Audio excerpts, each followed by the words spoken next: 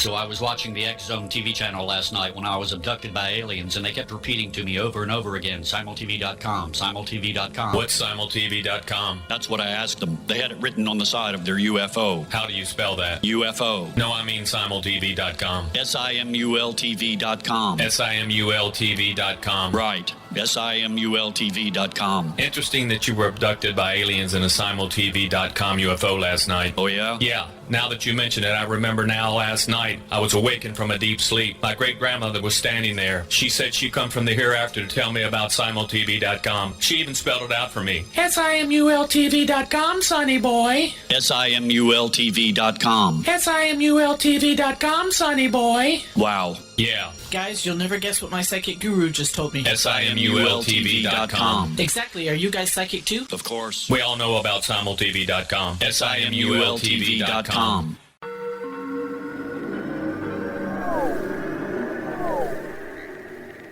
Roswell in the 21st century is a detailed re-examination of the Roswell UFO crash case. I have studied the evidence for more than 30 years, and I now put that evidence under a microscope in a cold case examination of the facts. These facts might not please everyone. They are based on my comprehensive investigation that took years to complete, but they do lead to the conclusion that whatever fell was not built on Earth. The best of Project Blue Book is based on the 22-year-long investigation conducted by the Air Force. But the book goes far beyond that, bringing in evidence that was uncovered long after Project Blue Book was ordered terminated. Using facts that were unavailable to the Air Force investigators, I was able to prove that the Air Force manipulated the data and drew unrealistic conclusions about the UFO sightings reported to them. My different perspective shows there was more to Project Blue Book than even the Air Force knew. Both books are available at Amazon.com. Join Patty Conklin and Healing Within Radio each week. More than entertainment, Healing Within offers educational, useful tools for everyday life. Listen for help overcoming fear, anxiety, and depression. Patty knows about eliminating cancer, MS, dementia, Parkinson's, and a host of illnesses that we face every day. Life can be good. Life is good. All you need are simple tools to start changing your life. Start right now by visiting pattyconklin.com, PATTICONKLIN. No matter where you are in the world, you can work with Patty through Skype, phone, or in person, visiting one of her retreats in Georgia. Visit pattyconklin.com today or call our offices at 404-474-0086. That's pattyconklin.com or call 404-474-0086.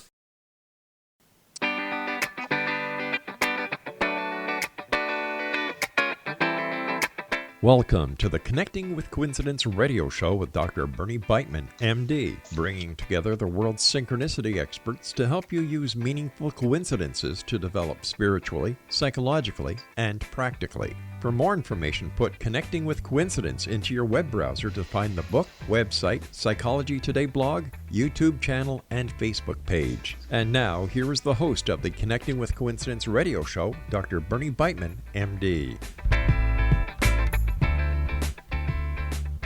Well, welcome back. Welcome back after a hiatus that we were able to get back from. We got the virus around us, and we'll be talking about that today. The relationship between coincidences and what we can do during this pandemic. And so glad you are here, our loyal fans, with us again. And that includes you, Barbara. We are looking into all aspects of coincidences with people from around the world and spread the word about the show. Word of mouth is how we grow. In the next few episodes, my guests and I will be talking about cultivating coincidences in tumultuous times. We fell asleep in one world and woke up in another. Suddenly, Disney is out of magic. Paris is no longer romantic. New York doesn't stand up anymore. The Chinese wall is no longer a fortress, and Mecca is empty. Hugs and kisses suddenly become weapons, and not visiting parents and friends becomes an act of love. Suddenly you realize that power, beauty, and money are worthless and can't get you the oxygen you're fighting for.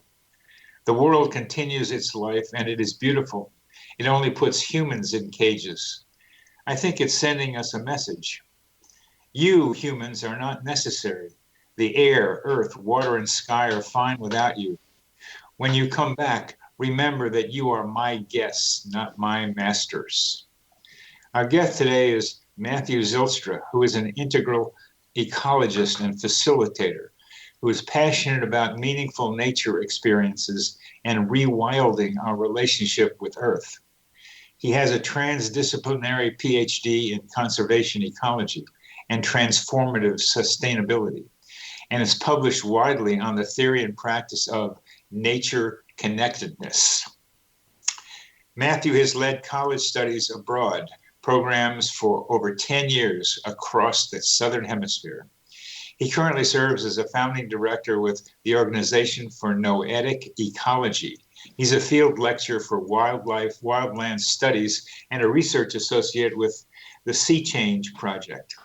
Part of Matthew's ongoing work explores how focused intention and quality attention shapes our nature experiences and ultimately our neurophysiology in support of connection and well-being. Welcome back to the show, Matt. Thank you very much, Bernie. It's great to be back. Well, we've talked a bit about nature, synchronicity, and the pandemic.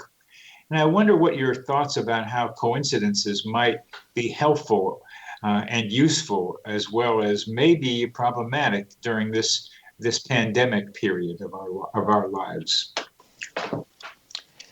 Yeah, thank you.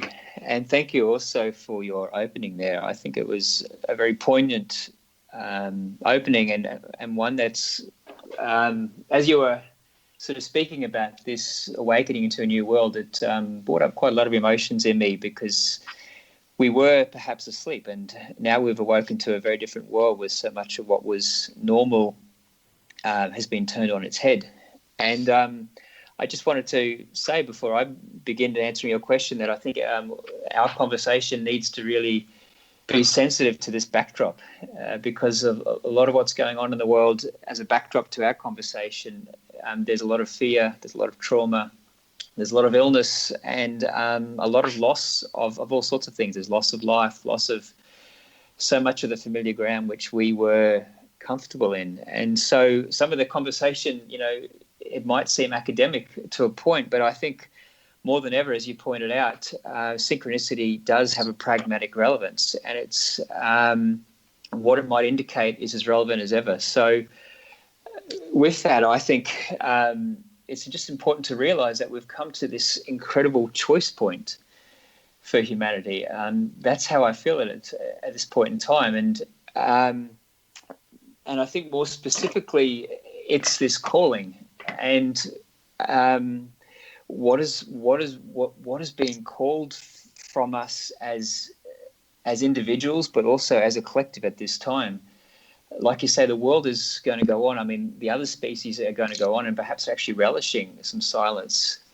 But the ball has really been thrown back to us as a species to say, what are we going to bring into the world at this time in response to this? And there's a real sense of not knowing. There's a lot of people out there who have theories and who are very perhaps sure of those theories, but I think we have to be humble in the not knowing of what's happening right now, and also be able to ask that question, which can invite synchronicity. If there's ever been a time for guidance, which synchronicity can give, now's the time. Yes. And if one interesting thing from a Southern African perspective, which I just wanted to share, was when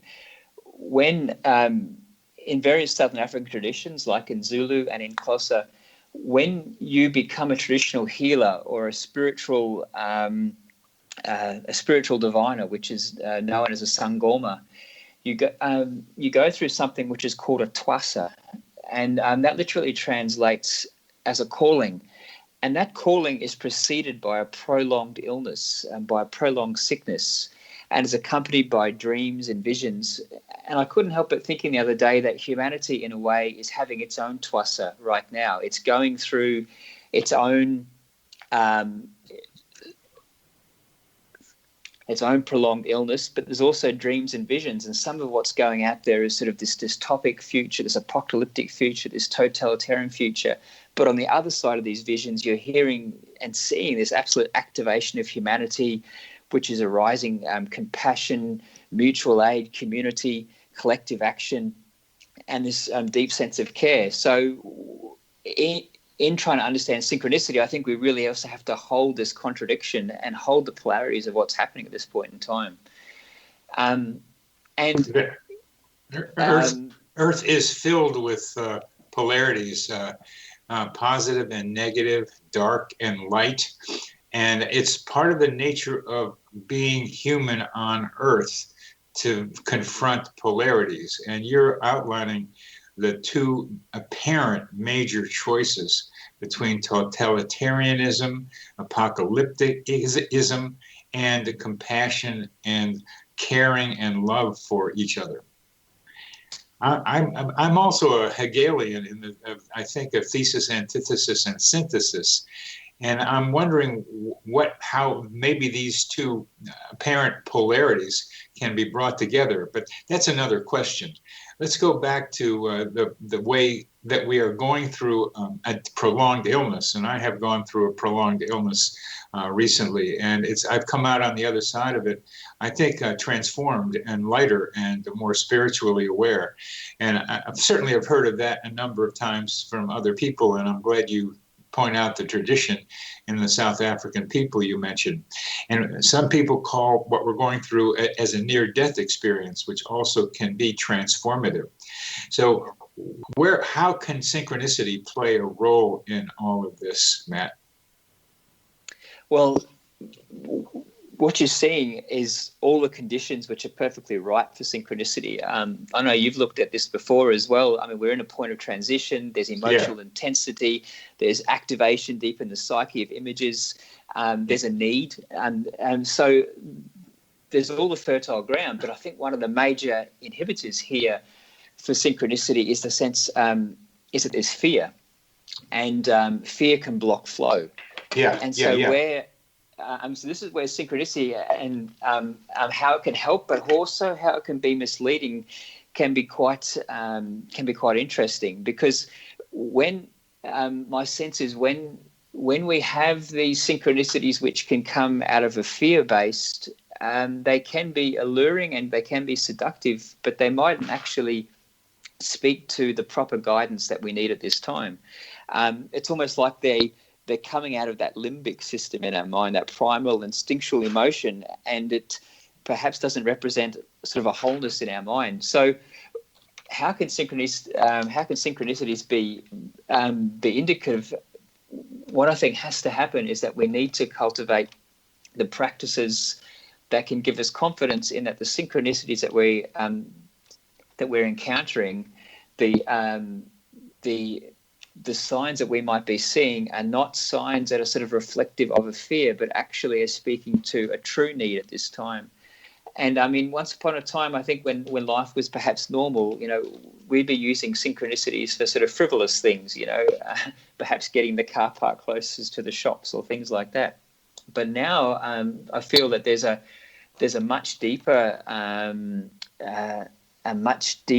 sort of, or heavier load perhaps coming with the synchronicities, because it's really asking us deeply, well, what do we need to do? And when there's that sense of urgency and perhaps a sense of fear, you have these synchronicities. Some can be the signs, like these clear signs where we ask for guidance, we wrap it up in intention, we do some sort of ritual, like it's a formalized guidance, and we get a sign which does feel right. But you can also have, when it comes out of fear, omens. And as I think you've discussed before, sometimes omens don't always aren't always necessarily a reliable guide. We're coming to the end of this segment where it's very good what you're talking about. You're listening to Connecting with the Coincidence. I'm your host, Dr. Bernie Beitman, MD, and we're talking with Matt Zylstra.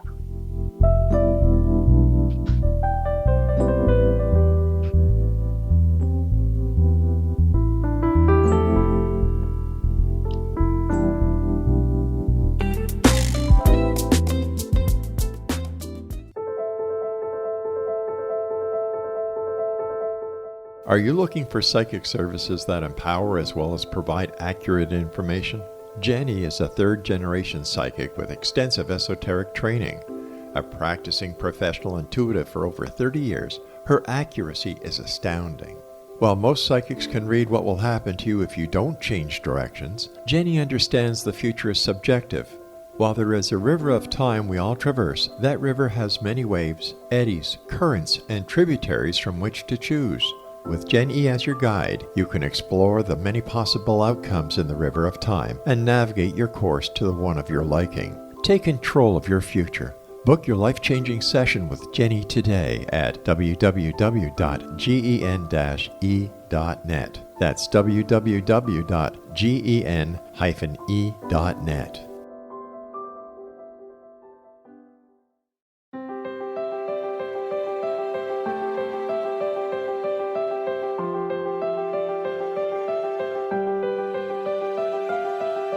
Mission Evolution is dedicated to the well-being of the planet and animals, as well as the evolution of humankind. One major factor threatening all three is increasing toxicity. Heavy metals and other environmental toxins are poisoning our bodies, deteriorating our brains, blocking our spiritual connection, and shortening our lives. Yet these poisons are extremely difficult to remove. I'm Gwilda Wiyaka, and I recently became aware of a product created from the marriage of nature and nanotechnology called Vitality. It's formulated from zoolite, whose crystalline structure binds toxins, gently carrying them out of the body. The light is only as clear as the window through which it shines. Clear your body, shine your light into the world. Visit vitalityhappens.com for a 20% discount. Enter code PATHHOME.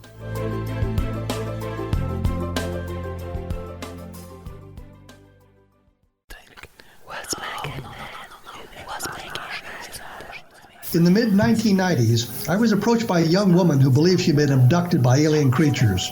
In conversations, I began a journey that took me not into the world of interstellar travel, but back through time into past lives. Under hypnotic regression administered by a professional rather than describing abduction, Jenny, as she is called, begins to tell a tale of horror in 19th century London. Her unbelievable past life seems to connect with Jack the Ripper and other monsters of the past. Throughout the session, Jenny provides a rich detail of her past lives that links some of the most horrific killers in history to one another.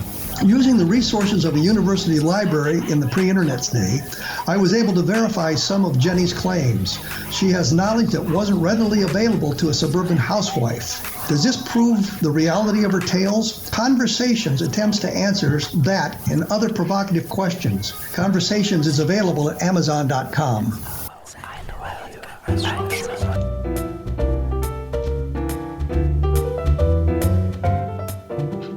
Well, welcome back to CC with BB, Connecting with Coincidence.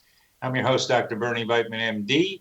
We're talking with Matt Zylstra, who knows nature in South Africa, where, I don't know, I've had a bunch of people on this show, some from the Sea Change Project, and it's like there's something going on in South Africa with nature that is not happening, as far as I can tell, in other places. But what we're talking about here, Matt, we were talking about near the end of the last segment about how to interpret coincidences and be able to separate out fear-driven, even created by fear coincidences, and ones that are more positive and more helpful to us. Please keep going about that.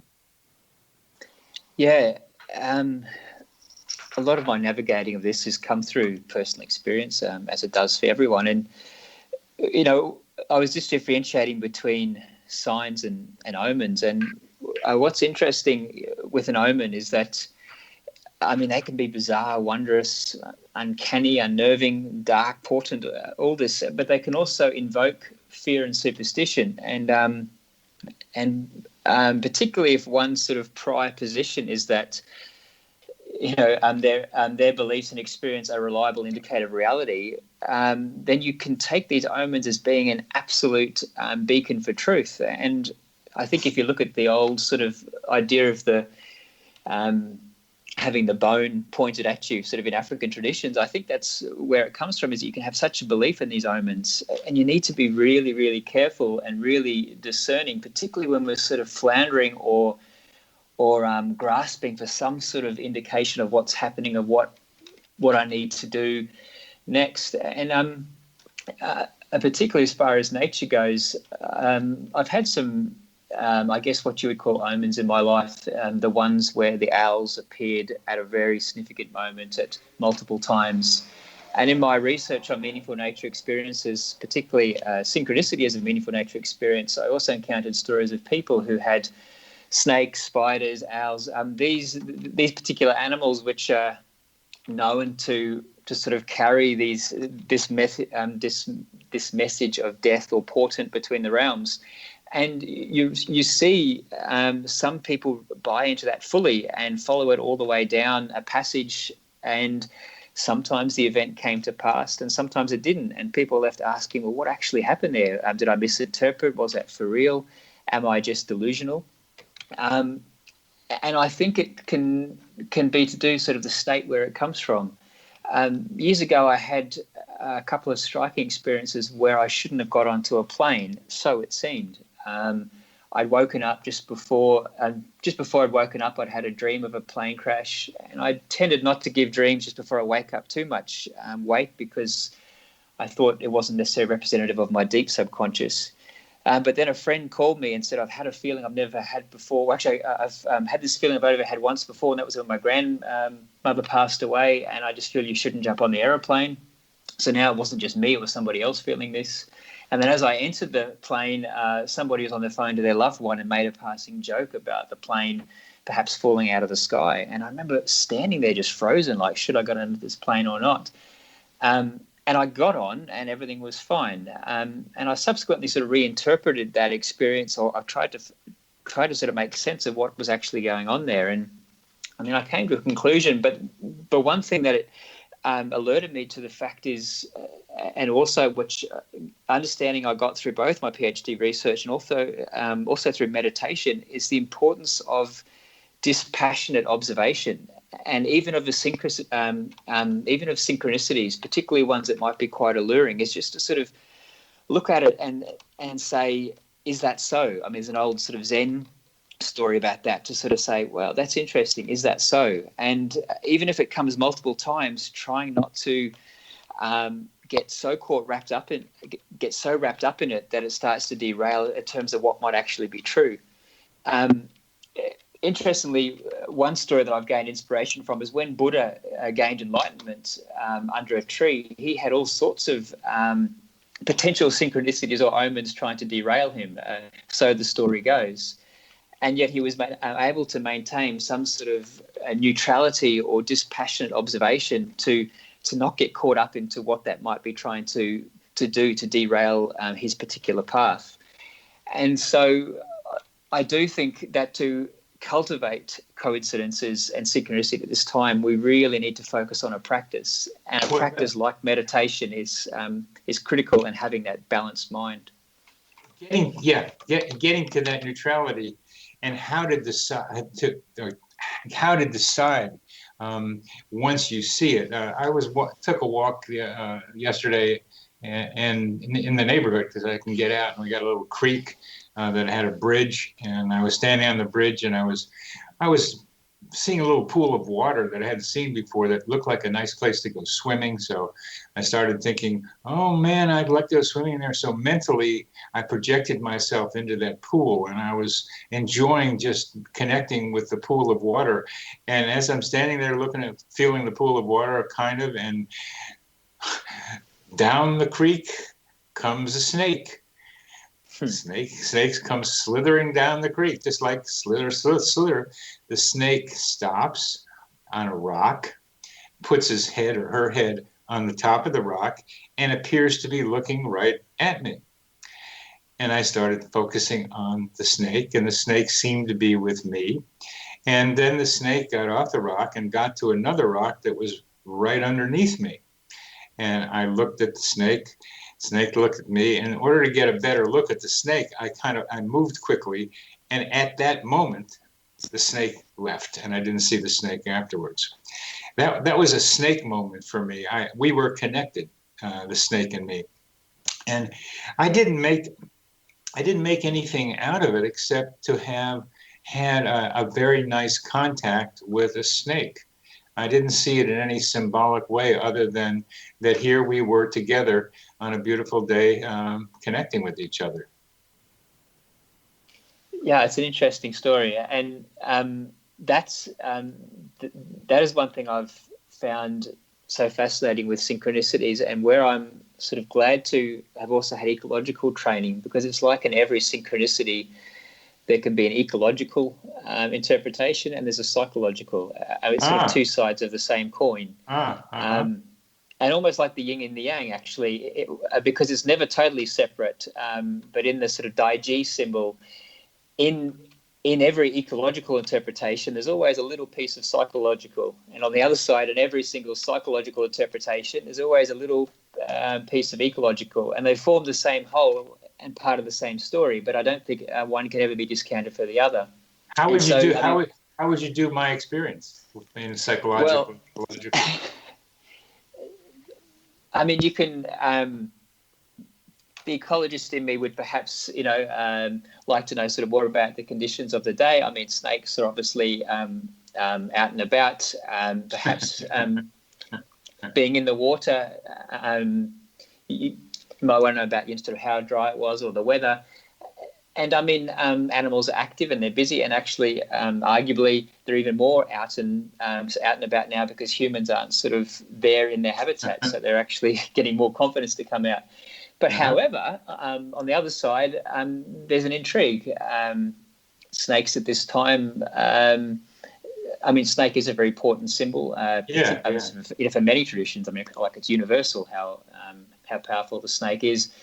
And so then I'd be interested to know, what you were perhaps thinking at the time, what question you might have been holding while you're in the woods for the walk. And I think you can also then look at the symbology of just how the snake appeared. I mean, that eye contact, what was sort of felt within you in terms of your emotions with that eye contact. And then you could just sort of see what sort of awakes within you there to see whether there's a deeper meaning. And whether there is or there isn't, I don't think there has to be sort of a huge post-analysis to it. One thing about synchronicities, as we know, is that you tend to feel it in the moment. Like, well, that was synchronous because I was just thinking that. But, sometimes some reflection does actually prompt something where you actually think, I didn't realize at the time, but perhaps there was more to that than I thought. Particularly, I think if you were to encounter the snake again or a snake again in the next couple of days, for me, the series things is always quite important, because a single event, you can say, well, that's just nature doing its thing. But then you encounter it again, and then you encounter it again, and then you start to say, well, actually, I've been walking in these woods for so many years, and 3 in a week is perhaps slightly beyond what I'd expect from just an ecological encounter. So, I mean, that's the sort of way that I would approach these things. And I'm glad you went through that, because part of that dispassionate observation involves dispassionately looking at your own interior. Yeah.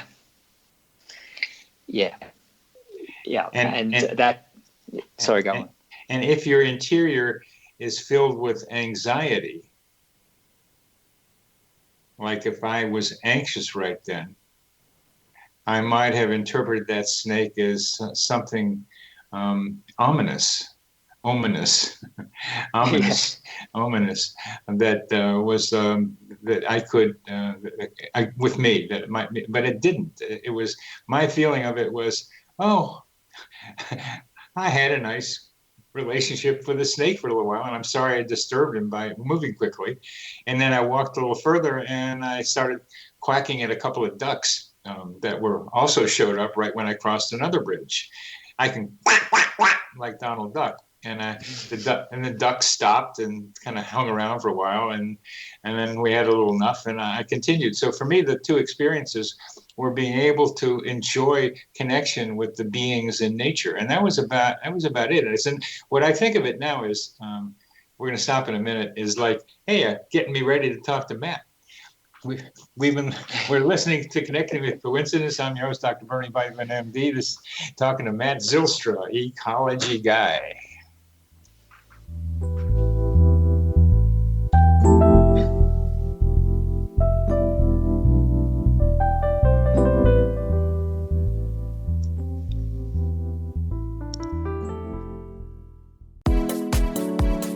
How would your life change if you could develop the business and personal skills that you need in order to make more money? Do you want to learn how to achieve your big life goals faster?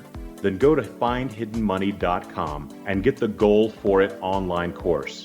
The course teaches you how you can set and achieve your biggest goals while completely overcoming the roadblocks to your goals so that you can realize your dreams and imagine more success. Go to findhiddenmoney.com. If you are looking for a safe, zero-calorie natural option to the harmful artificial sweeteners on the market today, Just Like Sugar is what you're looking for. Just Like Sugar is a wonderful natural alternative for those health-conscious people who choose a calorie-restricted diet with a great, pure, sweet flavor that tastes just like sugar. Just Like Sugar is a great natural option for people suffering from diabetes and may be useful in restricted diet programs where standard sugars are not allowed and does not cause a laxative effect of some other sweeteners. Just Like Sugar comprises a perfect blend of chicory root fiber, natural calcium, natural vitamin C, and Just Like Sugar's sweetness comes from the natural flavors from the peel of the orange. Just Like Sugar is a natural alternative to harmful artificial sweeteners and will change the way that you believe all natural sweetener products taste. Just Like Sugar is available at your local Whole Foods markets, Wild Oats markets, Henry's, Sun Harvest, and many other fine natural food stores in the U.S., Canada, and worldwide. Audience. If you have seen a UFO, had a close encounter, seen a ghost, Bigfoot, lake monster, or a story that you would like to share or have investigated, contact me, Rob McConnell, by sending me your email to xzone@xzoneradiotv.com, or you can call toll-free 1-800-610-7035, extension 143, and on Skype, X-Zone Radio TV. For more information on the X-Zone Radio TV show with yours truly, Rob McConnell, visit www.xzoneradiotv.com or www.xzonetvchannel.com or simultv.com and xzbn.net. Until next we meet here in the X-Zone from our broadcast center and studios in Hamilton, Ontario, Canada, always remember, X-Zone Nation, keep your eyes to the sky and your heart in the light.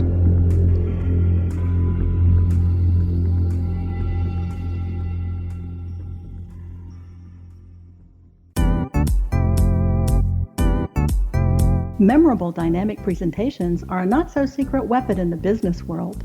Do you have a powerful message that must be shared, but you haven't found a way to deliver that message? Do you want to be known as a top public speaker who gets amazing results? Are you ready to create and deliver your powerful message? Thomas Hides can help you create and deliver your speech to get the results you desire. Visit iconquality.com.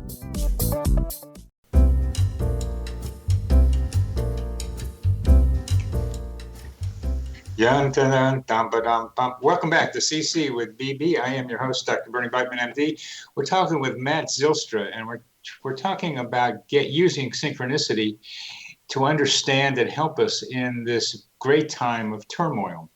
And my view of this, of the virus, is that it is a reflection of a subconscious in humankind, where the virus is behaving much like a good part of humanity has been. The virus is interested only in its own survival and propagation. Human beings have only been interested lately in its survival and propagation. We are too many on this world. We, like the virus, are destroying our host. The virus goes to many people who get partially sick, but destroys many who get very sick. And we're doing that to our planet. We are destroying parts of our habitat. The virus is subconscious reflection of humanity's greed and unquestioning drive to conquer the earth.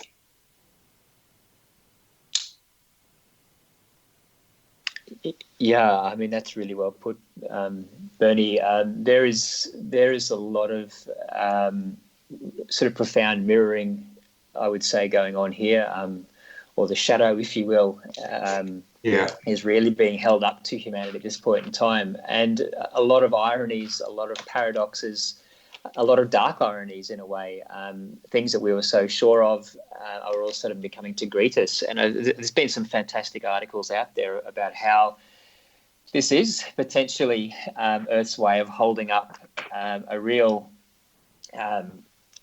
mirror to humanity. And you could say that she tried with increasing storm events and wildfires and all sorts of other things, but it wasn't quite enough for us to actually stop and take notice. And now, when that reflection is right in front of our eyes, and it's sort of not discriminating, also, well, it is now. I mean, we see it is discriminating between classes, but the sense is that sort of everybody could be vulnerable to this.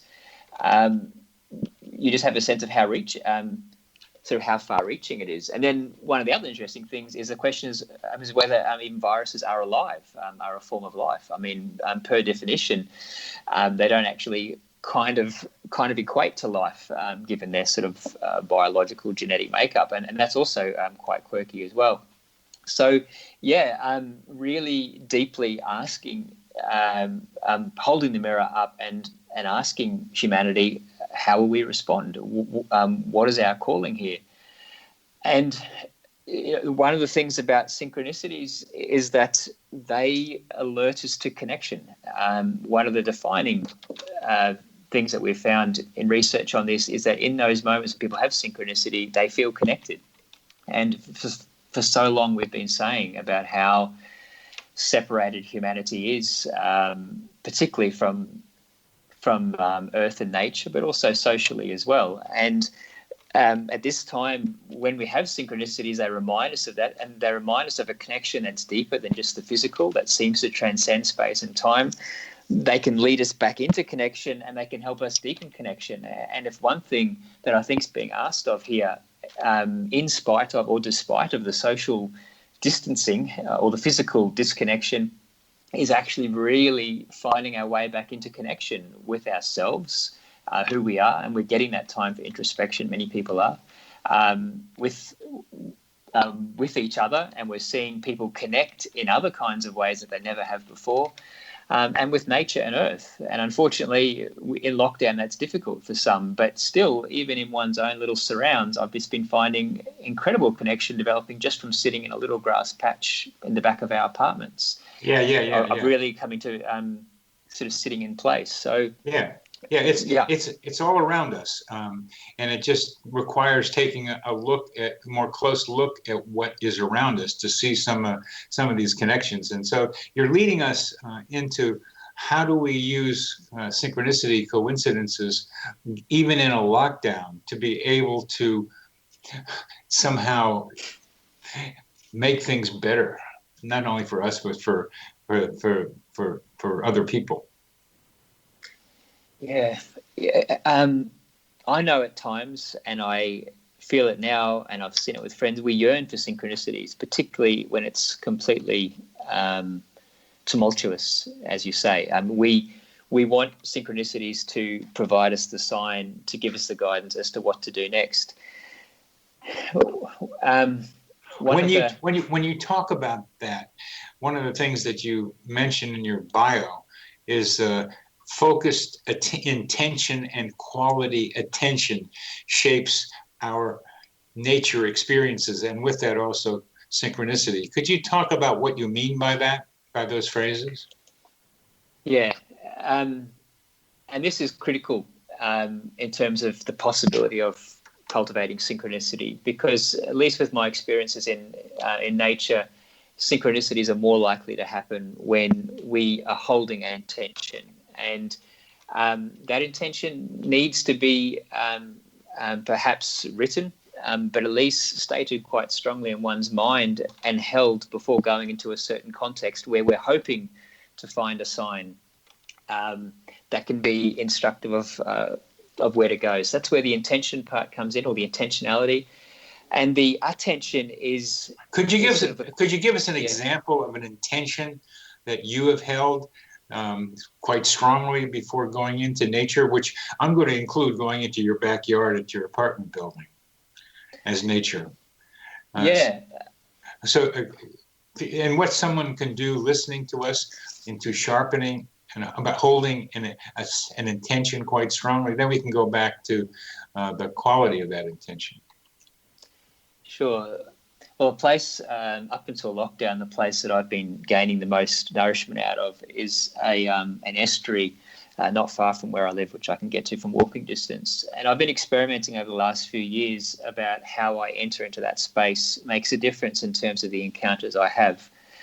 And it has been quite remarkable that the times when I stop before I enter, maybe just take a moment to breathe, to become aware, to activate my senses, to give gratitude, because this little estuary is quite modest, but it's gifted me so much over the years in terms of just restoring a sense of well-being, just going for a swim.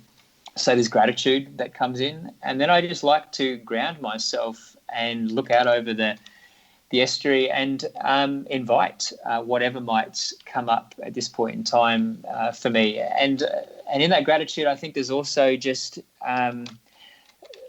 I like to put these sort of intentions in terms of the thinking, the feeling, and the emotions. So just thinking how it feels to have a good swim, have a good experience, or have a good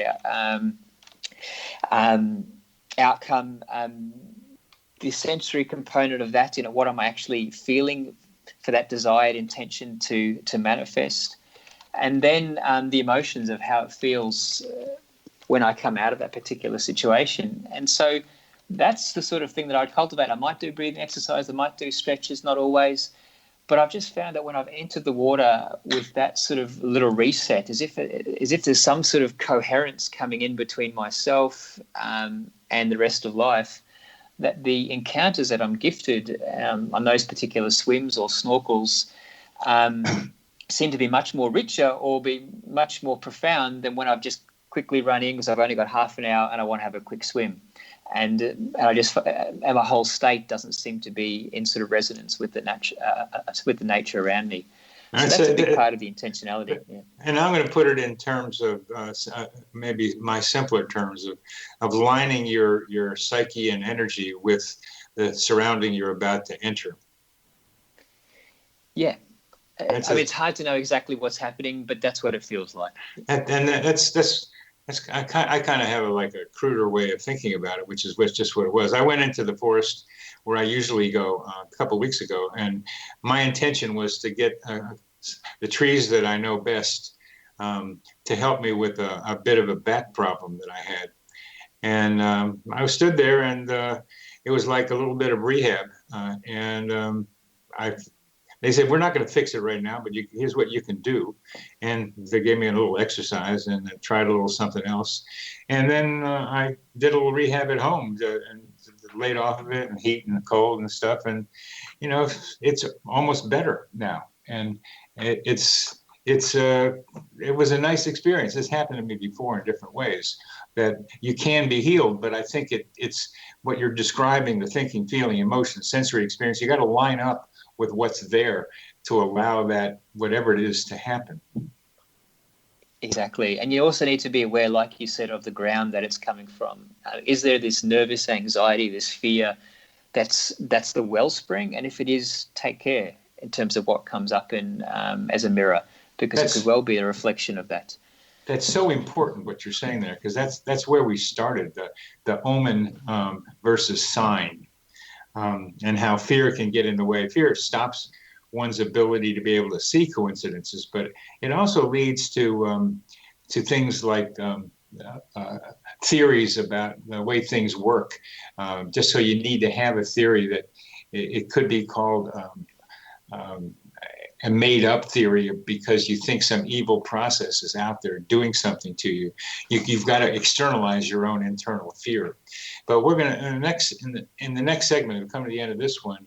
Want to be able to talk about signs, which you kind of are already, but just what we mean by a sign that is something we can read. The signs are to me guesses. I mean. Offers of possibilities, but not necessarily solid truths.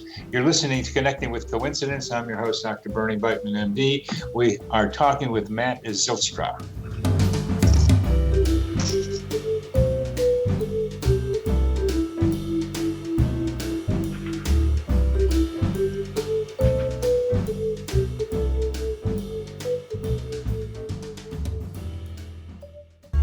watching the X Zone TV channel last night when I was abducted by aliens, and they kept repeating to me over and over again, simultv.com, simultv.com. What's simultv.com? That's what I asked them. They had it written on the side of their UFO. How do you spell that? UFO. No, I mean simultv.com. simultv.com. simultv.com. Right. simultv.com. Interesting that you were abducted by aliens in a simultv.com UFO last night. Oh, yeah? Yeah. Now that you mention it, I remember now last night I was awakened from a deep sleep. My great-grandmother was standing there. She said she'd come from the hereafter to tell me about simultv.com. She even spelled it out for me. simultv.com, sonny boy. simultv.com. simultv.com, sonny boy. Wow. Yeah. Guys, you'll never guess what my psychic guru just told me. simultv.com. Exactly. Are you guys psychic too? Of course. We all know about simultv.com. simultv.com. In the mid-1990s, I was approached by a young woman who believed she'd been abducted by alien creatures.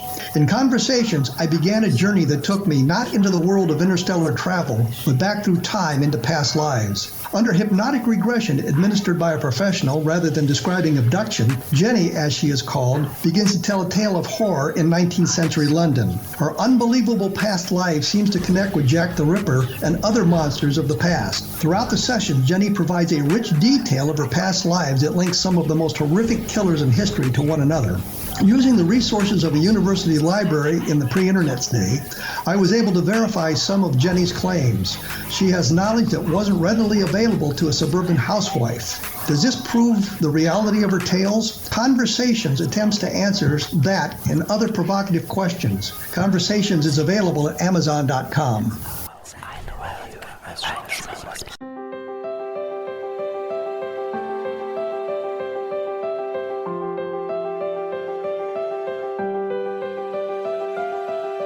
Mission Evolution is dedicated to the well-being of the planet and animals, as well as the evolution of humankind. One major factor threatening all three is increasing toxicity. Heavy metals and other environmental toxins are poisoning our bodies, deteriorating our brains, blocking our spiritual connection, and shortening our lives. Yet these poisons are extremely difficult to remove. I'm Gwilda Wiyaka, and I recently became aware of a product created from the marriage of nature and nanotechnology called Vitality. It's formulated from zoolite, whose crystalline structure binds toxins, gently carrying them out of the body. The light is only as clear as the window through which it shines. Clear your body, shine your light into the world. Visit vitalityhappens.com for a 20% discount. Enter code PATHHOME.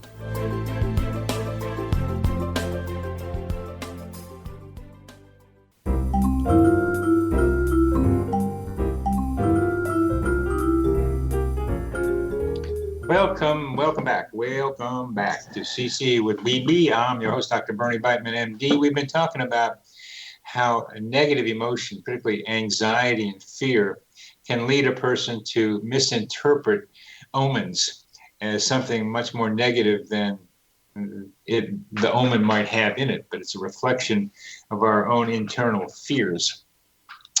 Well, what about signs, Matt? I mean, what are tell us about how to, in this tumultuous time, how we can better use signs, find them, experience them, and use them to help us, and talk about the quality of attention that will help us with coincidence understanding. Well, the two are interlinked, as you suggest, and the key, I believe, in finding signs at this time is to really pay attention, invest attention, and to listen, to be able to quiet the mind and deeply listen to what's around us. Some people say that there's signs everywhere, and there's always signs around. It's just whether we are actually aware enough to perceive them. It was funny you should mention about seeing the snake as sort of thinking about having a chat with me, because just yesterday I encountered a praying mantis, which is actually a very profound sort of creature for me, or at least it was during my PhD research. I hadn't seen one for a long, long time, and I encountered it, but it could have easily been missed. And I didn't think too much of it. It was there doing its thing, but I also had that little sort of nod of like, yeah, well, I'm actually going to be chatting to Bernie soon. Isn't that interesting? And you told me about your praying mantises the last time we talked. Yeah, exactly. So I thought that was quirky, but not the sort of ground shifting thing that perhaps we need at this time. But one thing about synchronicities is they also help us feel that we're not alone. And so when we have these signs, you at least have a feeling, and particularly when they come from non-human nature, that there's just something out there giving a nod. And in these times of isolation, seeing the signs which point to the fact that there's something other, bigger than ourselves, can also provide that reassurance that we're not alone in this journey, no matter how difficult it's going to feel. That's so important, Matt. And let's turn that around. Let's say that there is a need to feel not alone, to feel connected with something more than just me, or even some of the people around us. How do you know we're not distorting that one too, the way fear can do? Again, I think it has to be a real close sort of inspection as to where is that coming from. And we often say that synchronicities respond to a need, and I'm often curious as to whose need. I had a really interesting conversation earlier this week with a friend who told me an experience of how she had did this Kundalini process of manifesting intention, and she was hoping for a particular partner to manifest, and he did in every way that she'd been intending, and it seemed to be a direct response to the need. It seemed to be an incredible sort of synchronicity. And she was like, wow, this sort of ritualized intention works. Here I have it. And only for a few months later for that relationship to sort of peter out. And we were wondering, was the intention sort of wrapped in an egoic sort of need, a need that the ego felt they needed, a particular partner with particular looks and background and what have you. But didn't really speak to a soul need or a need of self with a capital S. And I think that's also one of the things to be asked as to how do we know that it's not just tricking us.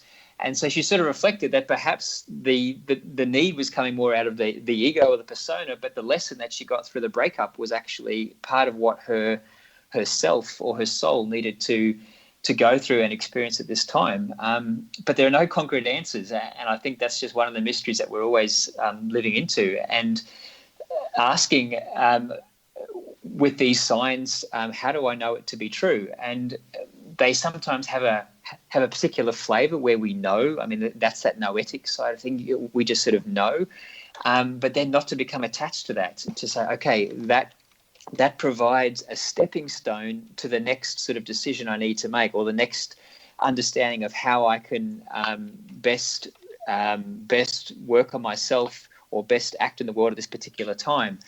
But now let's ask the question again and hold that question. And that's where the attention's coming in, being able to hold the question and sort of say, where am I placing my attention now? Why?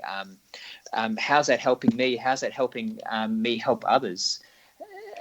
And that's where I think these signs can be stepping stones toward the path of navigating what's going on in this time. Oh, that's good. That's good. It's one of the key points you made was that you may think you got what you wanted, but the reason you needed it may not be what you think it was. So stay with the coincidence and see what happens, as this woman learned from the breakup that that may have been the primal lesson for her on the deeper soul level than the ego level. So she was so the impact on her was what about her ego? Yeah, well, I mean, I think she's still unpacking it, and I wouldn't want to give sort of too many details for her own personal story, but I mean, she was at least forced to reflect on what was she yearning for so much in a relationship, and was that really what she needed at this point in time at a deeper level? So I think we don't always know what the universe wants for us, even though we think we do. And I think part of this journey is also about surrendering into the not knowing. I recently did a little what you call vision quest, where you go out into the mountains for a couple of days and you fast. And both times it's happened, I've gone in with what I thought with my intention, but it seems like that nature had something else for me. And this last one, I was just sick. I had really bad diarrhea, dysentery, and it was a huge cleanse. And my question was sort of, what do I need to be called from in this time? And we went in there, and there was a bit of COVID stuff going on in our country, not a lot, and I came out to a national disaster. So It was incredible what had transpired in those days of being off grid. Wow. How my own experience of sort of going through illness up there was quite reflective of what was going on in the world, or at least sort of in the country. And it also illuminated the fact that I needed to take care of myself, where I was looking at, well, what can I do in the world right now? And there were indications of that, but I realized first and foremost, I'd have to put my own health as a priority. So, yeah, my ego was looking for indications, but actually at a deeper level, I felt that self was saying, actually, now you need to take care of yourself a bit more before you go too tether in the world as it's changing. Well, boy, did I learn that one. If your body ain't working, you can't do too much. And so when I work on my book or other things, I have to listen to what my body is saying. And it's been a difficult lesson, but I think I'm learning it pretty well, of having to have these intentions. I gotta do this. I want to finish this. I gotta do it now. And I'm writing the last chapter of my new book, which I'm calling Knowing Coincidences. And it's about the future. And you're helping me think about it, because the two sections in that last chapter are the future of coincidence studies and the future of the world as seen through coincidences. And what you're describing is helpful right there. Thanks. The one thing I just want to stress, and the realization that I came out of my PhD research on meaningful nature experiences, of which a subset was synchronicity, was, we cannot manufacture synchronicities on demand, and they are they're alluring, they're wonderful, we want them in our life, but we can't cry and get upset when they're not appearing. They can be indicators of flow. So when we don't have them, we sort of have a sense of, well, are we not in flow? What's going on? And so we yearn after those things. So I was very focused on, well, how do we cultivate meaningful nature experiences? How can we create more of them? And what led me through, what the golden thread was that I came to rediscover again for the first time was connection. And in the absence of synchronicities, just focus on connection. So while synchronicities open up connection in our life and they make us feel that, it's also connection which concedes synchronicity. And I saw that both quantitatively and qualitatively in my research analysis. And so I would just urge everybody at this time to focus on a practice that brings connection in one's life. And I would always add that it's important to make sure that's also non-human nature. We can't just get it in ourselves, with ourselves, in that sort of incestuous relationship humans have. We do need non-human nature, but we can, through meditation, through dance, through all those things, find connection. And the synchronicities will follow eventually. They will come, but don't be anxious for that. And when they come, we just have to make sure we're attentive and we're alert and we listen, and then we observe and say, there we go. Isn't that's lovely, but not be attached to the next synchronicity. That was a great indicator. I appreciate it. I'm grateful. Now let's be alert and let's keep holding the question to see if another one comes up. Very good. And I think, that's where we need to go. That's very good. We can't manufacture synchronicities on demand. They cannot be demanded. Some people think maybe they're not in the flow when they don't appear, but we can just rediscover connection, because coincidences can follow from connections, and that means connections with non-human nature, which I strongly go along with, and then follow the connections, attentively observe and analyze. And I like the small, but it's clear that you saw a praying mantis, and they're very important to you.